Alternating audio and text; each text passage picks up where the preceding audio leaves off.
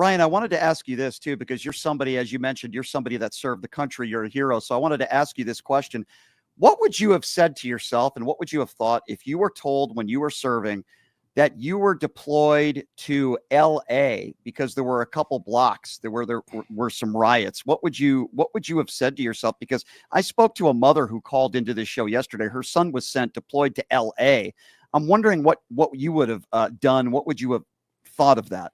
Well, first, and I appreciate it, but I really don't want to be called a hero because I never even kick doors down, so I don't like being called that. But I will say that that's been a conversation that my wife and I have had in the last few weeks because, man, I really don't think people understand what it means to have active duty military be deployed in a city like this. Like we've had National Guard get deployed to the border. Heck, even the Democratic governor here in Arizona deployed our guard down to the border. So even Democrats were doing it.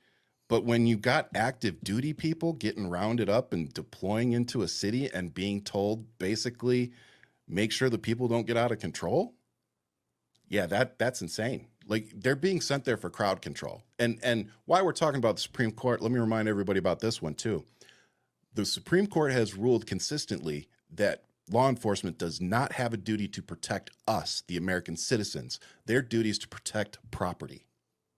So when you really think about that and know that the court does not have our backs, they are going to side with the people that currently have their faces covered.